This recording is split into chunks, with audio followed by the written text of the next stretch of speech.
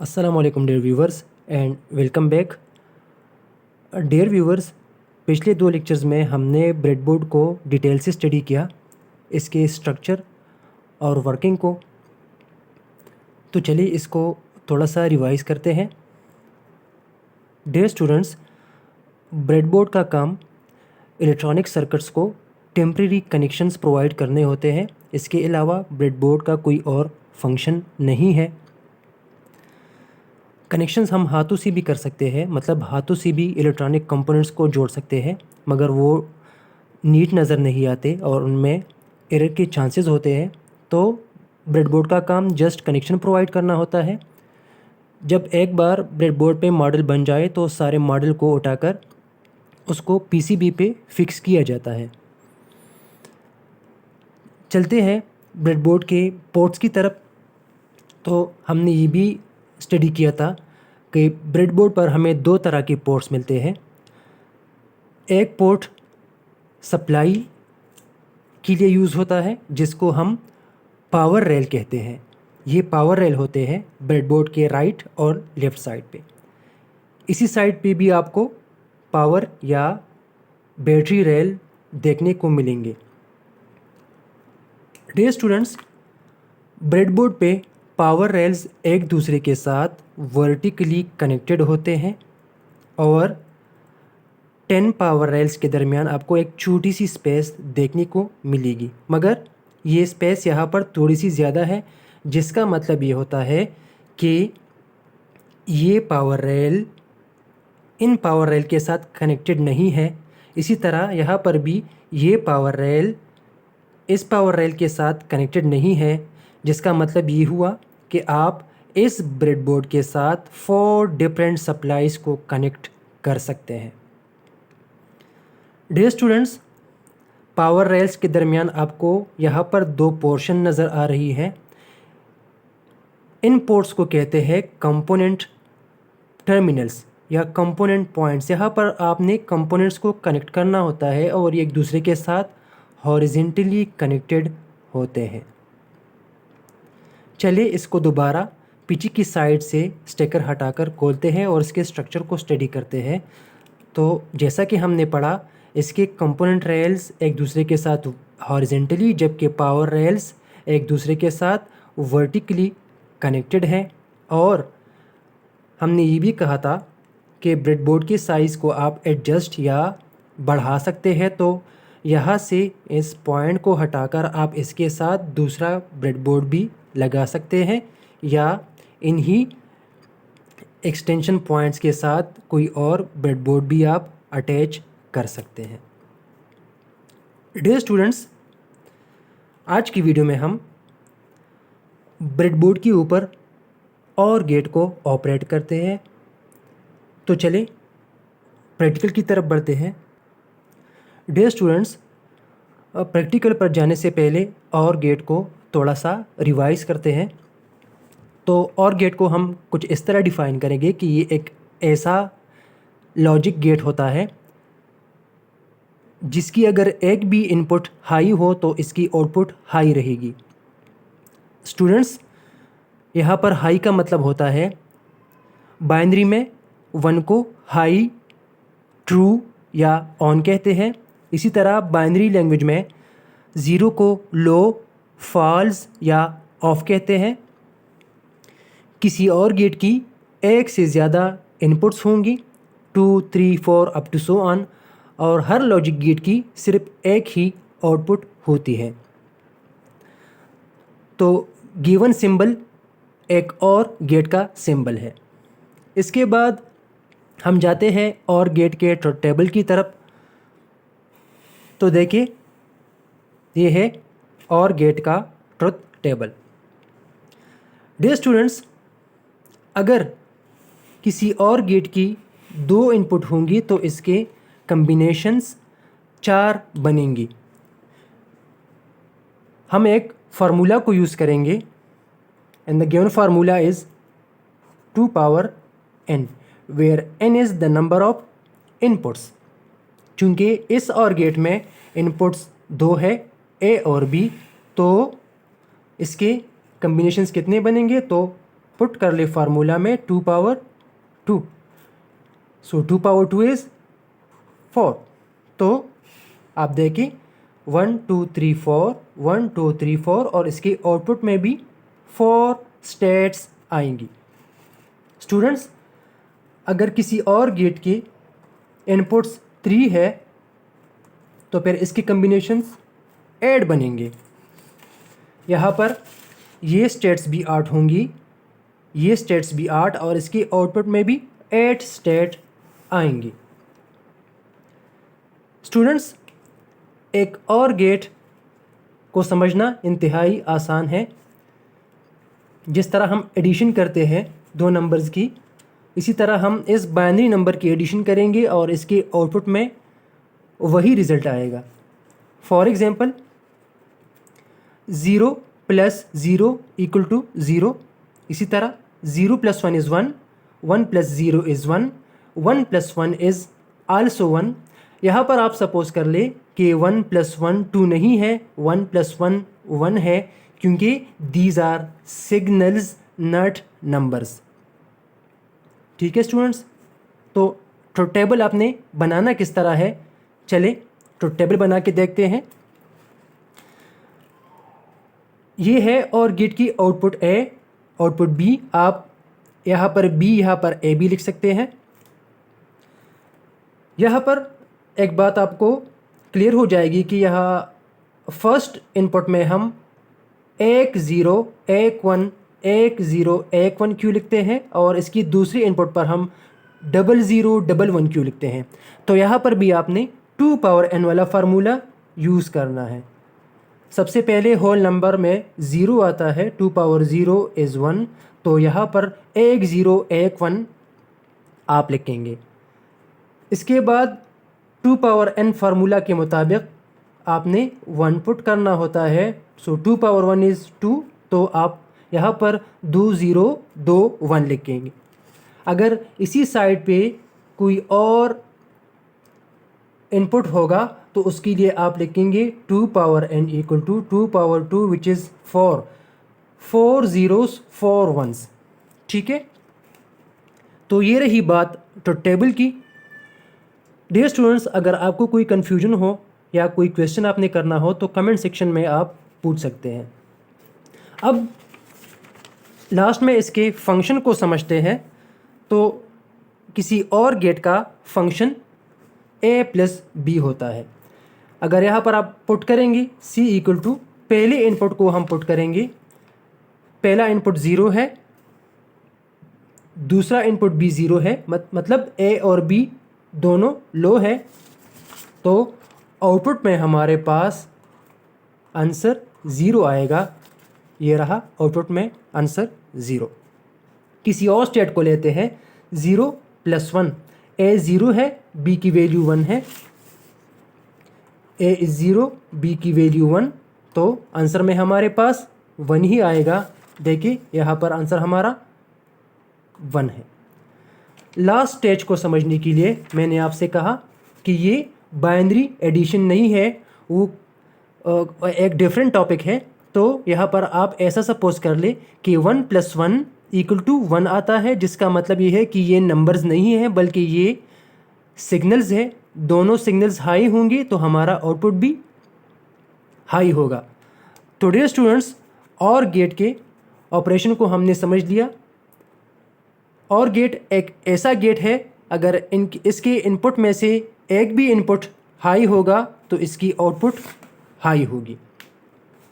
अब चलते हैं एक और गेट को अपने ब्रेडबोर्ड पे प्रैक्टिकली मॉडल तैयार करके बनाते हैं।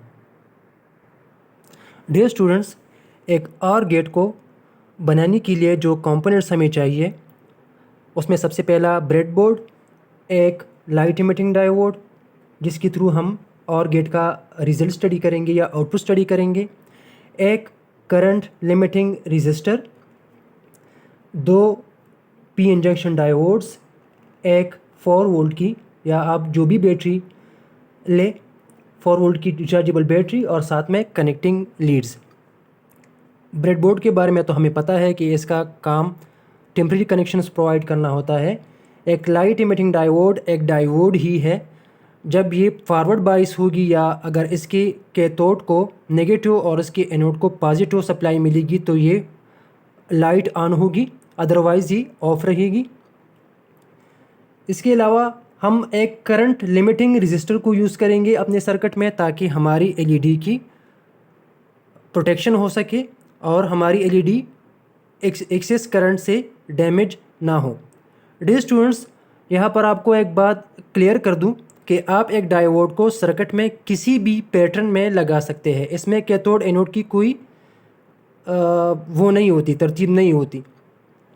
स्टूडेंट्स, एक रजिस्टर की वैल्यू आप किस तरीके से फाइंड कर सकते हैं, तो इसके दो ही तरीके हैं। सबसे पहला ओहम मीटर के थ्रू या आप कलर कोडिंग के थ्रू भी इसकी वैल्यू को कैलकुलेट कर सकते हैं। एक रजिस्टर के ऊपर आपको डिफरेंट कलर बैंड्स मिलेंगी। इस रजिस्टर के ऊपर सबसे पहला कलर ब्राउन का है, दूसरा ब्लैक, तीसरा रेड और लास्ट में इसका एक टॉलरेंस बैंड है जिसका कलर है गोल्ड।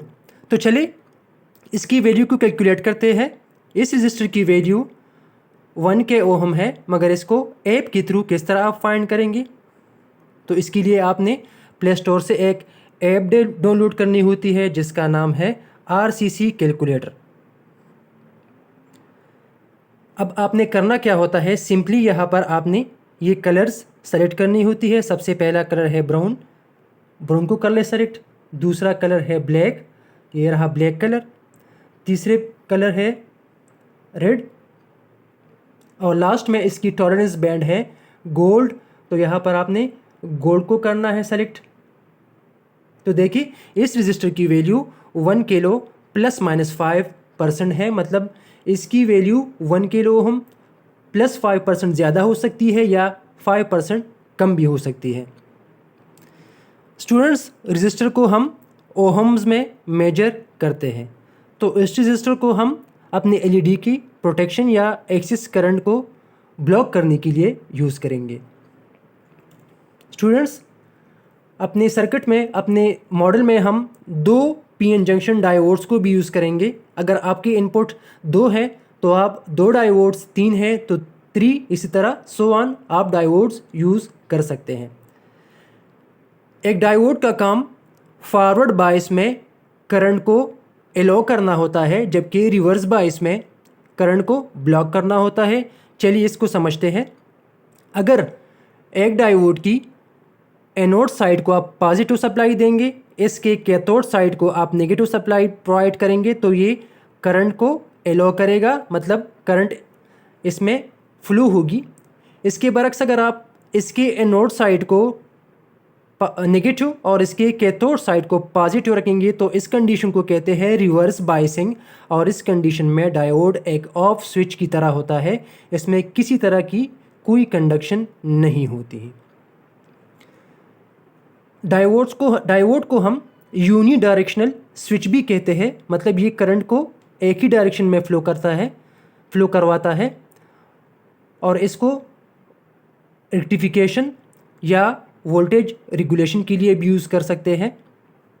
तो ये रही बात डायोड की। एक बैटरी को हम अपने सर्किट को पावर देने के लिए यूज़ करेंगे और साथ में कनेक्टिंग लीड्स अपने सर्किट को बैटरी के साथ कनेक्ट करने के लिए। तो चलें अपने प्रैक्टिकल को शुरू करते हैं और ब्रेडबोर्ड के ऊपर एक और गेट को डिज़ाइन करते हैं।